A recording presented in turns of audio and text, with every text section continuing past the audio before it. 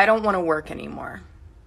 And now everyone who's not going to watch the full video can go comment about how lazy I am, how lazy my generation is, and how we just don't want to work anymore.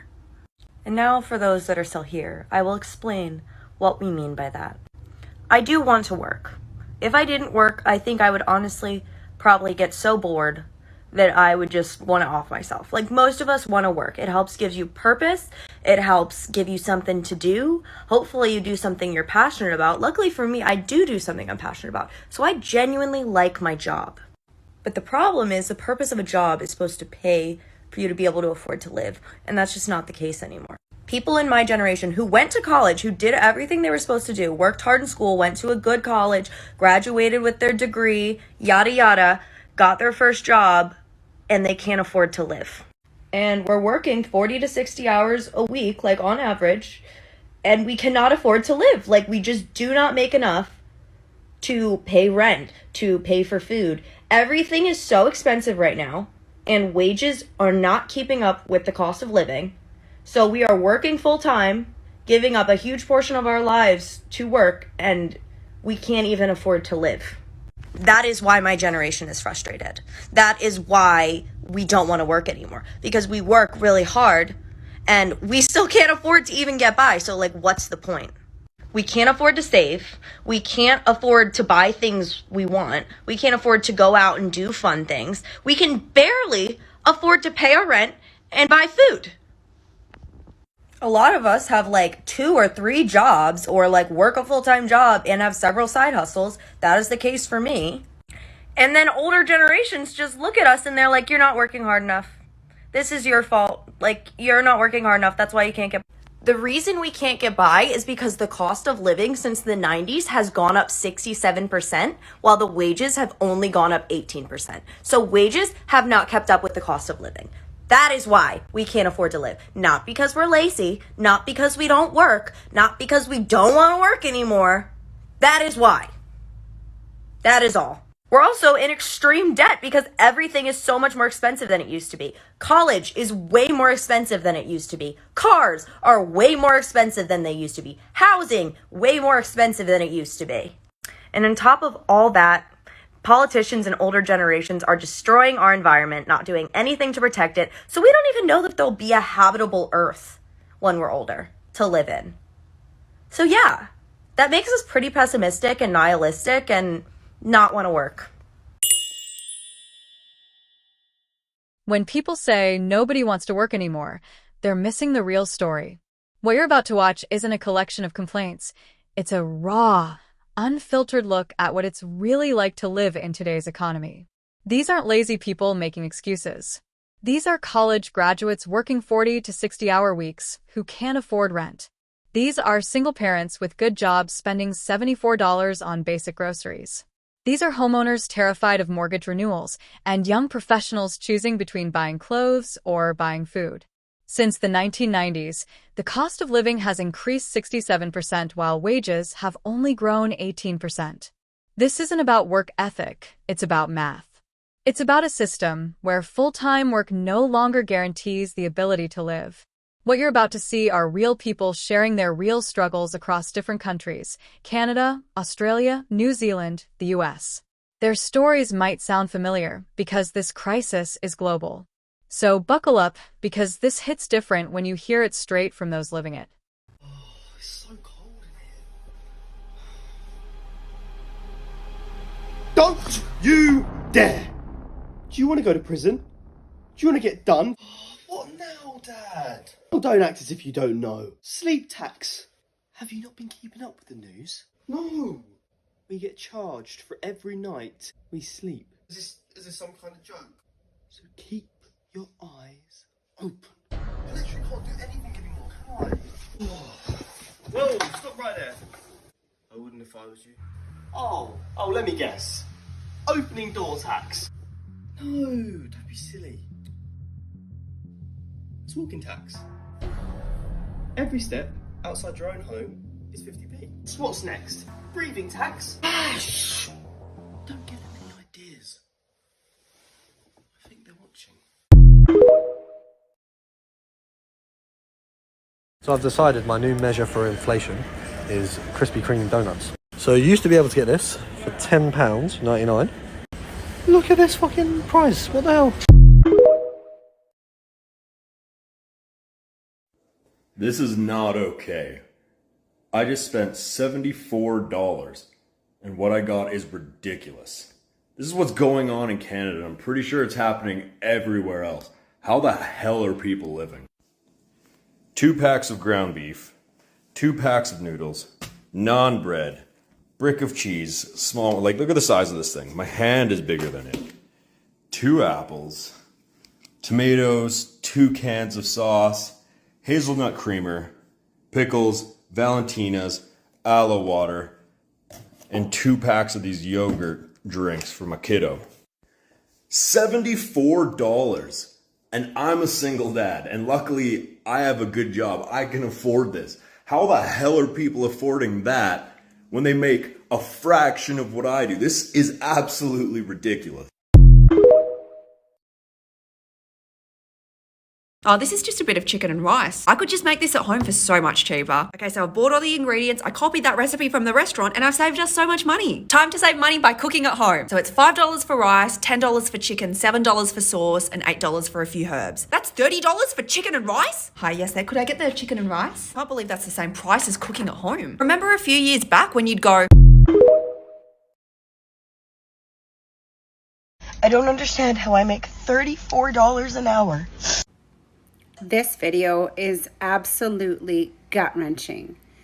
Go watch her whole video, and she is being so raw in her emotions on her frustrations about the fact that she makes $34 an hour, which isn't a bad wage, and simply can't make ends meet.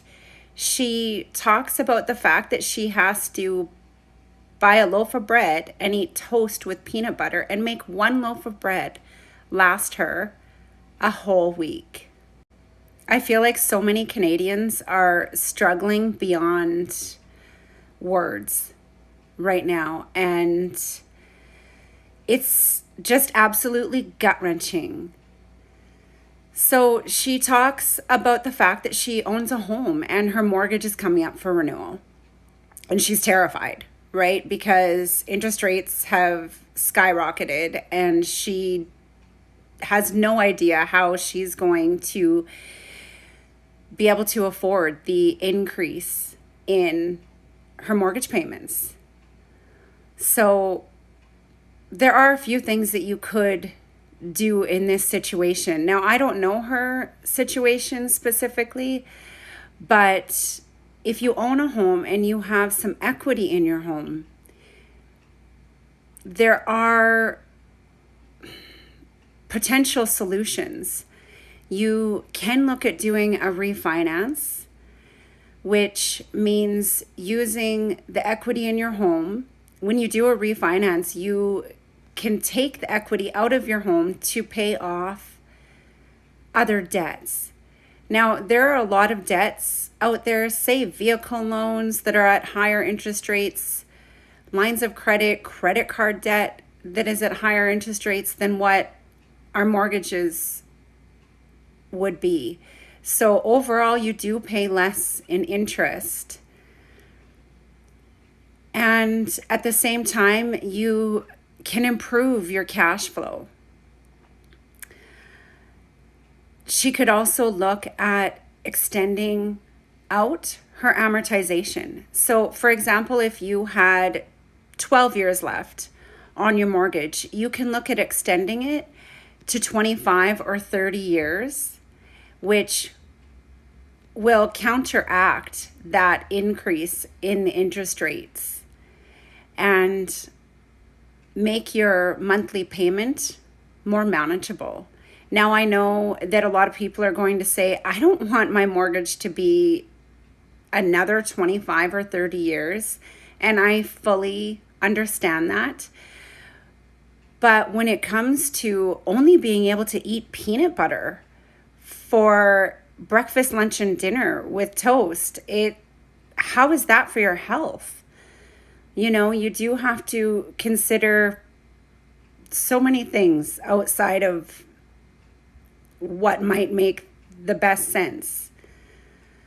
So by extending your amortization out, you can still pay additional money down. So if you were to get to a place where your monthly debt obligations are now manageable, you're probably going to be able to sleep better at night. If you can eat healthy, nutritious food, I mean, that's just going to help your mood and help you get on with every day. So when you do get on top or back on top of things, you can look to pay additional money down on your mortgage every month to get your amortization back down to a point that you're satisfied with. But it will get you through those tough times if need be. The bottom line is there are always options. Instead of feeling so defeated and overwhelmed, you can reach out, contact people, find out what options you have. Sometimes in life, it takes a step back in order to be able to take some steps forward.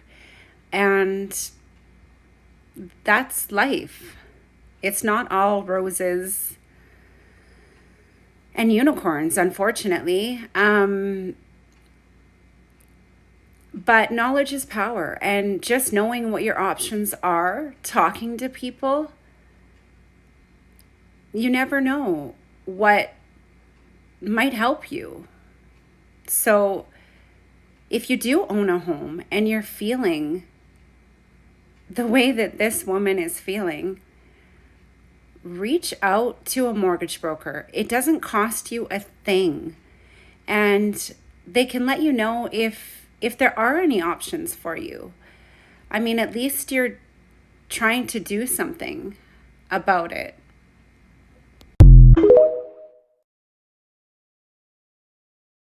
People always want to know what it's like living in New Zealand. Let me show you. Budget cheese, nuggets, dip, chips, and an OJ. $34. So I'm sitting outside of Woolies waiting for it to open, and I'm thinking about the cost of living crisis and inflation and the fact that my rent has gone up and so have all of my bills, and I literally can't afford to live. And I have a full-time job on a salary, so I don't know how some people are doing it. But I thought I'd tell you some of the things that I've had to give up because of the cost of living increases. So the first thing I've had to give up is eating. I can't afford to buy any of the foods that I like. I can't buy fruit. I can't buy snacks. I can't buy myself a cheeky Red Bull. What's that about? My fiance and I had to bulk buy meat from a butcher and keep it in the freezer. And I don't even like eating meat.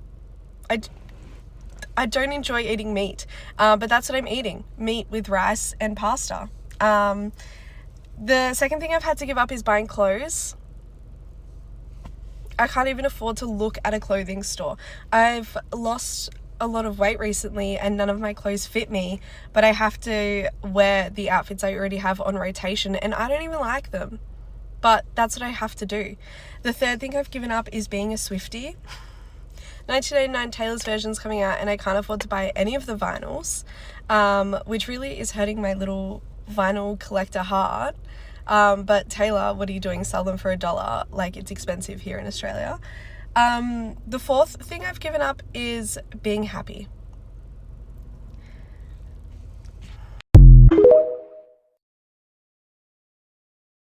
Victoria's debt levels are set to soar even higher than predicted by the Andrews government.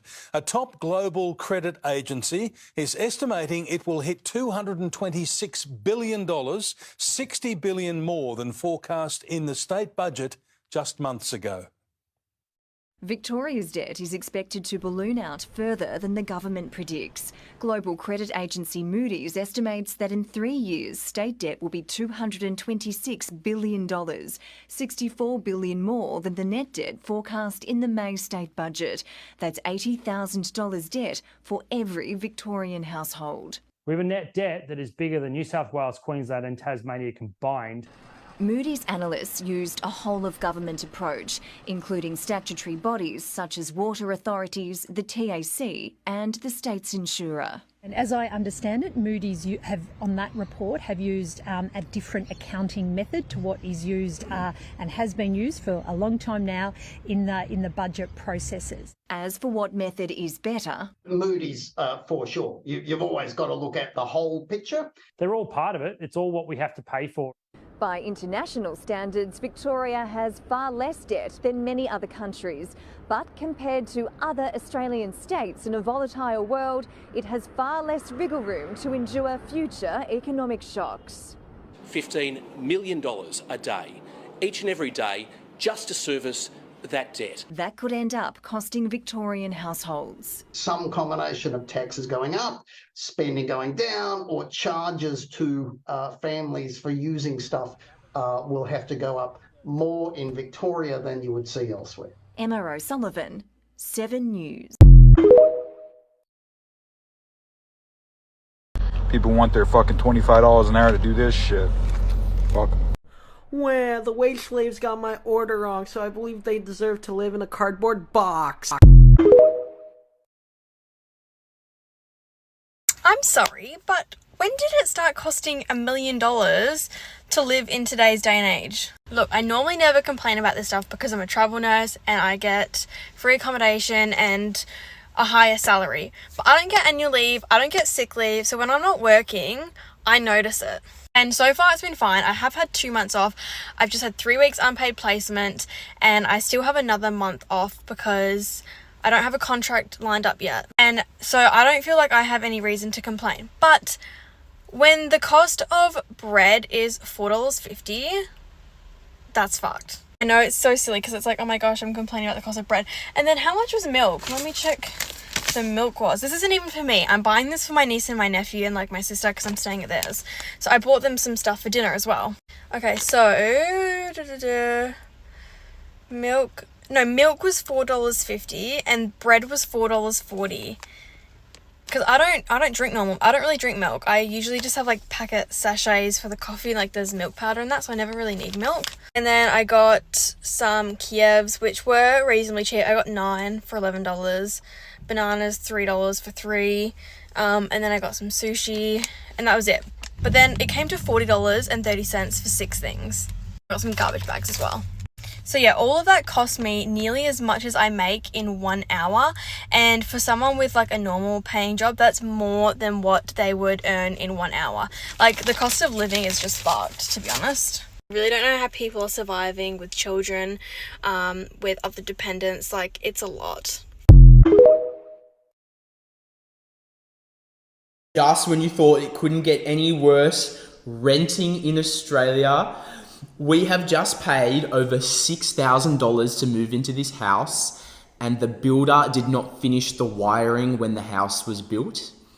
Our property manager is saying that it's actually up to us and that the property wasn't even marketed with internet, so we shouldn't be expecting internet. I guess what I should be expecting is the actual wiring that the builder was supposed to do to the NBN box out on the street. Can someone please let me know if we're meant to be doing the actual construction of the property when we move into it and pay $6,000? I must have missed that when I signed the fucking lease. These voices represent millions of people worldwide facing the same impossible choice: work harder for less, or question why the system isn't working for them. What's your take? Are you experiencing similar struggles in your area? Have you had to make tough choices between basic necessities? Or maybe you've found creative solutions to navigate this economic landscape. Drop your thoughts in the comments below. Share your story, your perspective, or your solutions. Let's have a real conversation about what's happening to the middle class and what needs to change. Your voice matters in this discussion. And if this resonated with you, share it with someone who needs to hear they're not alone in this struggle. Sometimes knowing others are going through the same thing makes all the difference.